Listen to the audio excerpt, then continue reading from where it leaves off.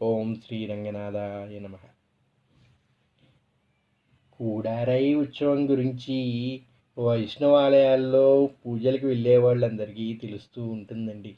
ఈ కూడారై ఉత్సవం ఏంటి, ఈ గోదారంగనాథ స్వామి యొక్క చరిత్ర ఏమిటి, ఈ తిరుప్పావై ఎందుకు జరుపుకుంటారు, మార్గళి మాసం మన తెలుగు రాష్ట్రాల్లో ధనుర్మాసంగా చెప్పుకొని చక్కగా వ్రతం ఆచరించి పెళ్ళి కాని వాళ్ళు పిల్లలు పెళ్ళి అవ్వటం కోసం అని చెప్పి చేస్తూ ఉంటారు అని చెప్పి వింటూ ఉంటాం.